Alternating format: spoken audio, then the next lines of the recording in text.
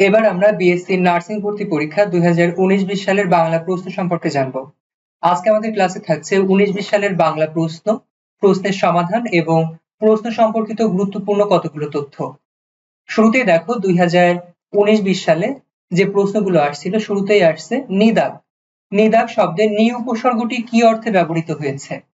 নিদাগ শব্দে নি উপসর্গটি কি অর্থে ব্যবহৃত হয়েছে? সঠিক উত্তর আতিসাহ্য। সঠিক উত্তর আতিসাহ্য। কেন হলো আতিসাহ্য? দেখো, উপসর্গ যে অর্থে ব্যবহৃত হয়েছে তার কতগুলো উদাহরণ দেওয়া আছে। আমাদের নি নি তৎসম শব্দ, নি বাংলা। আমরা জানি উপসর্গ দুই প্রকার, তৎসম উপসর্গ এবং বাংলা উপসর্গ। এবার তৎসম উপসর্গের মধ্যে আমরা পাচ্ছি নি। এই নি আতিসাহ্য অর্থে ব্যবহৃত হয়। তার কতগুলো উদাহরণ হলো নিদাগ, নিদারুণ। এবং নি যখন বাংলা উপসর্গ, যে অর্থে ব্যবহৃত হচ্ছে কি অর্থে? নাই বা নেতি, নাই বা নেতিবাচক। এবার এর কতগুলো উদাহরণ হলো নিখুঁত, নিখোঁজ, নীলাজ। এবার পরবর্তী প্রশ্ন দেখো, কেবল উন্নত প্রাণীবাচক শব্দের বহুবচনে হয় কোনটি? কেবল উন্নত প্রাণীবাচক শব্দের বহুবচনে হয় কোনটি? বর্গ। সঠিক উত্তর বর্গ। কেন হয় বর্গ? এবার আমরা আসি, বর্গ কেবল উন্নত প্রাণীবাচক শব্দের বহুবচনে ব্যবহৃত হয়, যেমন পণ্ডিত বর্গ, পণ্ডিত বর্গ, মন্ত্রী বর্গ ইত্যাদি। দাম, নিকর, মালা অপ্রাণীবাচক শব্দের বহুবচনে ব্যবহৃত হয়, যেমন কুসুম দাম, কমল নিকর, মেঘ মালা। পরবর্তী প্রশ্ন দেখো, ভূগোলের বিশেষণ। ভূগোলের বিশেষণ কি হবে? ভৌগোলিক। ভূগোলের বিশেষণ ভৌগোলিক। পরবর্তী প্রশ্ন দেখো, কোন বাগধারাটি স্বতন্ত্র অর্থ প্রকাশ করে? কোন বাগধারাটি স্বতন্ত্র অর্থ প্রকাশ করে? সঠিক উত্তর মণি কাঞ্চন যোগ। সঠিক উত্তর মণি কাঞ্চন যোগ। আর কতগুলো বাগধারা এখানে দেখো, স্রোতের শ্যাওলা। স্রোতের শ্যাওলা বাগধারার অর্থ হলো নিরাশ্রয় ব্যক্তি। সোনার পাথর বাটি বাগধারার অর্থ অলিক বস্তু। সোনায় সোহাগা, সুন্দর মিল। স্বর্গের সিঁড়ি শ্রেষ্ঠ সুখ লাভের উপায়। স্বর্গে বাতি দেওয়া বংশ রক্ষা করা। স্বর্গে বাতি দেওয়া বাগধারার অর্থ বংশ রক্ষা করা। পরবর্তী প্রশ্ন দেখো, চাঁদের সমার্থক শব্দ কোনটি? চাঁদের সমার্থক শব্দ শশী। চাঁদের সমার্থক শব্দ শশী। চাঁদের আরো কতগুলো সমার্থক শব্দ আছে সেগুলো দেখো, বিধু, সোম, নিশাকর, শশধর, সুধানিধি, রাকেশ, ইন্দু, মৃগাঙ্ক, কলাধর, সুধাংশু, রাকা, শীতাংশু, সুধাকর, হিমাংশু, কলানিধি। পরবর্তী প্রশ্ন দেখো, ধাতু বা ক্রিয়ার সাথে যে প্রত্যয় যুক্ত হয় তাকে কি বলে? ধাতু বা ক্রিয়ার সাথে যে প্রত্যয় যুক্ত হয় তাকে কি বলে? তাকে কৃৎ প্রত্যয় বলে। ধাতু বা ক্রিয়ার সাথে যে প্রত্যয় যুক্ত হয় তাকে আমরা বলছি কৃৎ প্রত্যয়। ধাতু বা ক্রিয়ামূলের পরে যেসব প্রত্যয় যুক্ত হয়ে নতুন শব্দ গঠিত হয় তাকে আমরা বলি কৃৎ প্রত্যয়। যেমন বাস যোগ আয়। বাস যোগ আয়। বাস হলো ধাতু, যেটাকে আর ভাঙা যায় না। বাস যোগ আয়। আয় হলো বিভক্তি।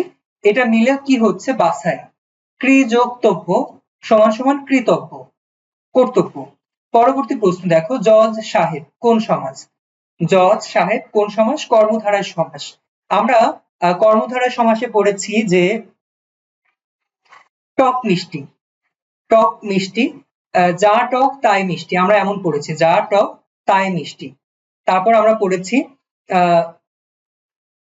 জজ সাহেব, জজ সাহেব, যিনি জজ তিনি সাহেব। জজ সাহেব এখানে আমরা কি বলতে পারি? যিনি জজ তিনি সাহেব।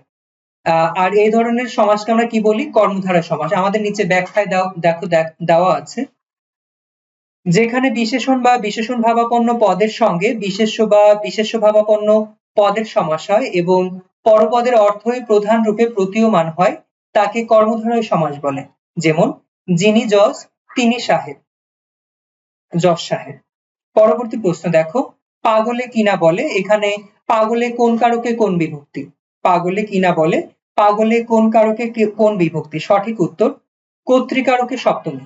সঠিক উত্তর কর্তৃকারকে সপ্তমী। কেননা বাক্য স্থিত যে বিশেষ্য বা সর্বনাম পদ ক্রিয়া সম্পন্ন করে তা ক্রিয়া কর্তা বা কর্তৃকারক। ক্রিয়ার সঙ্গে কে বা কারা যোগ করে প্রশ্ন করলে যে উত্তর পাওয়া যায় তাই কর্তৃকারক। আমরা কি পেলাম? ক্রিয়ার সঙ্গে কে বা কারা, কে বা কারা যোগ করে প্রশ্ন করলে যে উত্তর পাওয়া যায় তাই হলো কর্তৃকারক। পাগলে কি না বলে, কে কি না বলে? পাগলে।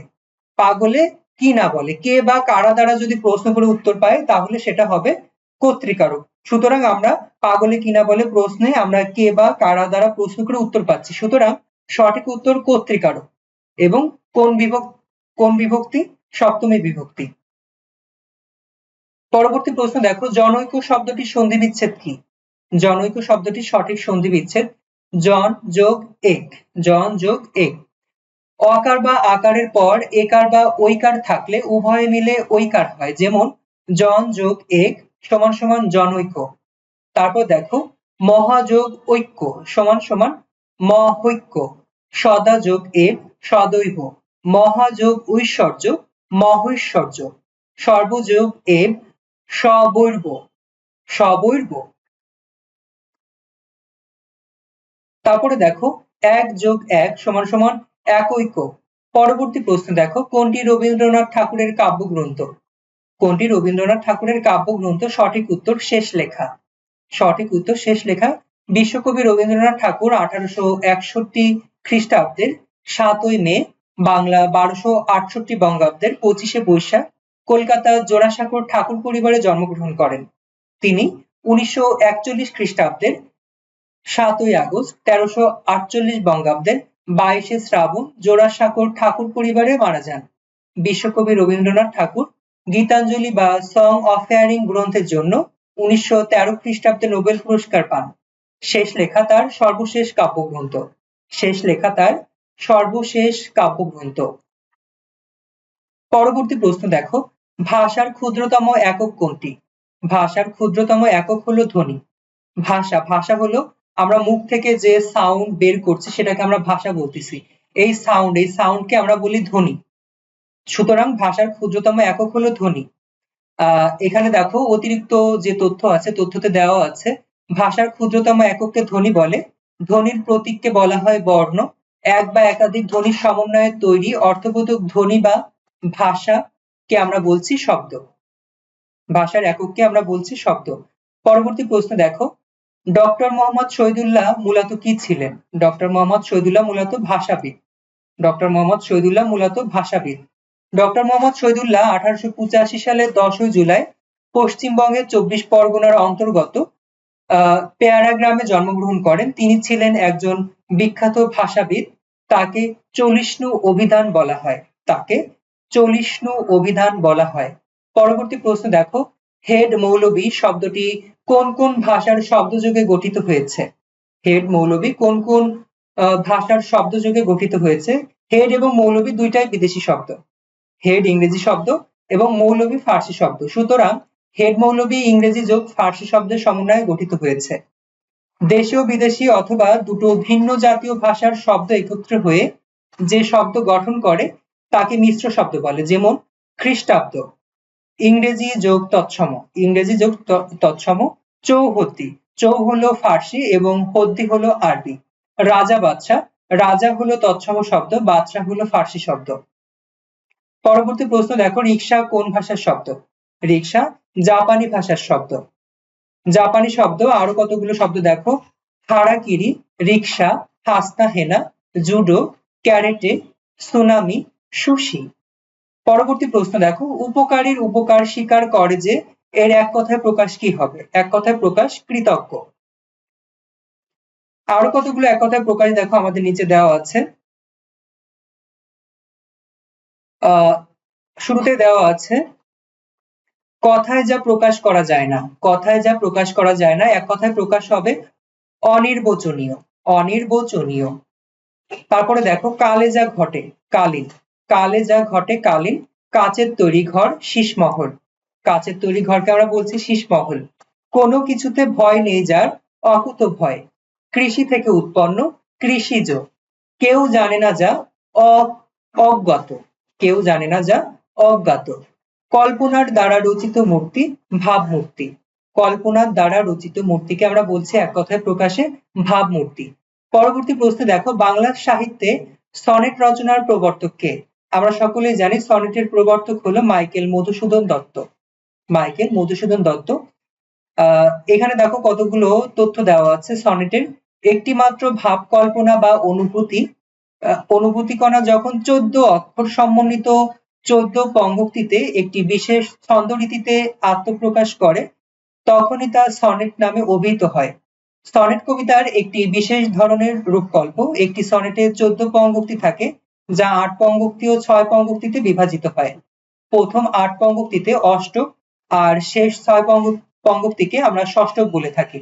আমি যদি সহজে তোমাদের বলি, তাহলে তোমরা তোমাদের একাদশ দ্বাদশ শ্রেণীতে তোমাদের পদ্মা কবিতা ছিল, ফররুখ আহমেদের লেখা পদ্মা। এটি একটি চতুর্দশপদী কবিতা এবং তোমরা 9, 10 এর বইতে পড়েছো কপোতাক্ষ নদ। কপোতাক্ষ নদ একটি চতুর্দশপদী কবিতা।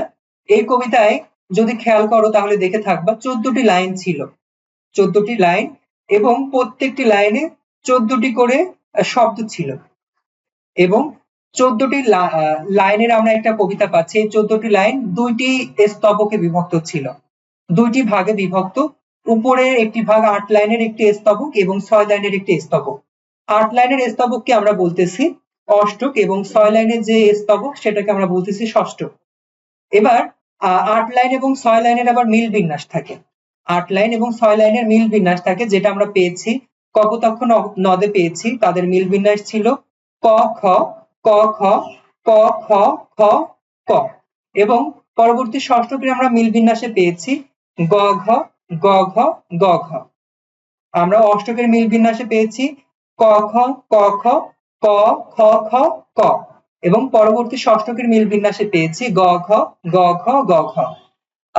হয়তোবা তোমরা বুঝতে পেরেছো, যারা 9, 10 এও আমরা পড়েছি, ইন্টারমিডিয়েটে পদ্মা কবিতা পড়েছি, হয়তোবা এখানে না বোঝার কিছু নেই। আর আমাদের ইউটিউবে আমাদের পদ্মা কবিতার বিষয়বস্তু দেওয়া আছে, সেটা তোমরা যদি দেখো তাহলে বুঝতে পারবা যে সনেট কবিতার বিষয়বস্তু এখানে বিস্তারিত আলোচনা করা আছে। এবার দেখো পরবর্তী প্রশ্ন, কোনটি তদ্ভব শব্দ? কোনটি তদ্ভব শব্দ? তদ্ভব শব্দ হলো চাঁদ। কোনটি তদ্ভব শব্দ? তদ্ভব শব্দ হলো চাঁদ। তদ্ভব শব্দকে আমরা বলতেছি সরাসরি সংস্কৃত শব্দ থেকে আগত। দেখো আমাদের অতিরিক্ত শব্দ তথ্যতে দেওয়া আছে তদ্ভব একটি পারিভাষিক শব্দ। তদ্ভব একটি পারিভাষিক শব্দ, এর অর্থ তার উৎপন্ন। তৎ অর্থ তার এবং ভব শব্দের অর্থ উৎপন্ন। তার থেকে উৎপন্ন বলতে বোঝাচ্ছে সংস্কৃত থেকে উৎপন্ন যে সকল শব্দ তাদেরকে আমরা বলি তদ্ভব শব্দ। যেসব শব্দ সংস্কৃত থেকে ভাষার স্বাভাবিক বিবর্তন ধারায় প্রাকৃতের মধ্য দিয়ে পরিবর্তিত হয়ে আধুনিক বাংলা ভাষায় স্থান করে নিয়েছে সেসব শব্দকে তদ্ভব শব্দ বলে। যেমন হাত, চামার, চাঁদ, চোখ, বিয়ে, দেওর ইত্যাদি তদ্ভব শব্দগুলোকে খাঁটি বাংলা শব্দ বলা হয়। এবার তোমাদেরকে একটু যদি ভেঙে বলি, আমাদেরকে বলা হয়েছে সংস্কৃত থেকে উৎপন্ন। সংস্কৃত থেকে উৎপন্ন মানে সংস্কৃত থেকে আংশিক বিকৃত হয়ে বা বিবর্তিত হয়ে যে শব্দ হয়েছে তাদেরকে আমরা বলছি তদ্ভব শব্দ। যেমন সংস্কৃতকে আমরা হাতকে বলতাম হস্ত, হস্ত থেকে বিবর্তিত হয়ে হয়েছে হাত। সংস্কৃতে আমরা চাঁদকে বলতাম চন্দ্র, বিবর্তিত হয়ে হয়েছে চাঁদ। এই যে সংস্কৃত থেকে আংশিক বিবর্তিত হয়ে যে শব্দগুলো আমরা পাচ্ছি তাদেরকে আমরা বলতেছি তদ্ভব শব্দ। এই তদ্ভব শব্দকে খাঁটি বাংলা শব্দ বলা হয়ে থাকে। পরবর্তী প্রশ্ন দেখো, বৈষ্ণব পদাবলীর সঙ্গে কোন ভাষা সম্পর্কিত? বৈষ্ণব পদাবলীর সঙ্গে কোন ভাষা সম্পর্কিত? সঠিক উত্তর সন্ধ্যা ভাষা। সঠিক উত্তর সন্ধ্যা ভাষা। এবার সন্ধ্যা ভাষা কাকে বলে আমি যদি একটু বলি, সন্ধ্যা ভাষা বলতে বোঝায় যে সমস্ত ভাষা আমি যখন আমরা ক্লাস 3, 4 বা 5, 6 এ পড়েছি তখন ইংরেজি উপন্যাস অনেকে পড়েছে, ইংরেজি উপন্যাস অনেকে পড়েছে, অনেকের ভালো লেগেছে। ইংরেজি উপন্যাস পড়েছি কিন্তু পড়ে সম্পূর্ণটা বুঝতে পারিনি, কিন্তু কি বোঝাতে চেয়েছে সেটা বুঝেছি, কিন্তু লাইন বাই লাইন যে সঠিক অর্থবোধক যে শব্দ, সেই সঠিক অর্থবোধক শব্দ আমাদের বোধগম্য হয় না, কিন্তু ভাবধারাটা বুঝি, সেটাকেই বলা হয় সন্ধ্যা ভাষা। মানে কিছু বুঝেছি কিছু বুঝিনি। সন্ধ্যা ভাষা হলো এমন একটি ভাষা যে ভাষা কিছু বুঝেছি কিছু বুঝিনি, এমন ভাষাকে আমরা বলি সন্ধ্যা ভাষা। যেমন চর্যাপদের ভাষাকে আমরা বলি সন্ধ্যা ভাষা, বা আমাদের এখানে বৈষ্ণব পদাবলী যে ভাষা সেটাকে আমরা বলতেছি সন্ধ্যা ভাষা। এখানে দেখো অতিরিক্ত যে ব্যাখ্যা আছে তাতে দেওয়া আছে ব্রজবুলি মধ্যযুগীয় বাংলা সাহিত্যের দ্বিতীয় কাব্য ভাষা বা উপভাষা। ব্রজবুলি মূলত এক ধরনের কৃত্রিম মিশ্র ভাষা। মৈথিলি ও বাংলার মিশ্রিত রূপ হলো ব্রজবুলি ভাষা। মিথিলার কবি বিদ্যাপতি আনুষ্ঠানিকভাবে 1374 থেকে 1460 সালে এর উদ্ভাবক। তার পদের ভাব ও ভাষার অনুসরণে বাংলা, উড়িষ্যা ও আসামে পঞ্চদশ শতাব্দীর শেষ ভাগে ব্রজবুলি ভাষার সৃষ্টি হয়। পদগুলোতে রাধাকৃষ্ণের বজ্রলীলা বর্ণিত হওয়ায় এর নাম হয়েছে ব্রজবুলি ভাষা, অর্থাৎ বজ্র অঞ্চলের ভাষা। পরবর্তী প্রশ্ন দেখো, চপলের বিপরীত শব্দ কোনটি? চপলের বিপরীত শব্দ কোনটি? গম্ভীর। চপলের বিপরীত শব্দ গম্ভীর। আরো কতগুলো বিপরীত শব্দ দেখো নিচে দেওয়া আছে। গাম্ভীর্য, গাম্ভীর্যর বিপরীত শব্দ হলো চাপল্য। তারপর গুপ্তের বিপরীত শব্দ ব্যক্ত বা প্রকাশিত। গৌরবের বিপরীত শব্দ লাঘব। গরিষ্ঠর বিপরীত শব্দ লঘিষ্ঠ। গরলের বিপরীত শব্দ অমৃত। গরিমার বিপরীত শব্দ লঘিমা। পরবর্তী প্রশ্ন দেখো, কোন বাগধারাটি হতভাগ্য অর্থে ব্যবহৃত হয়? কোন বাগধারাটি হতভাগ্য অর্থে ব্যবহৃত হয়? সঠিক উত্তর আট কপালে।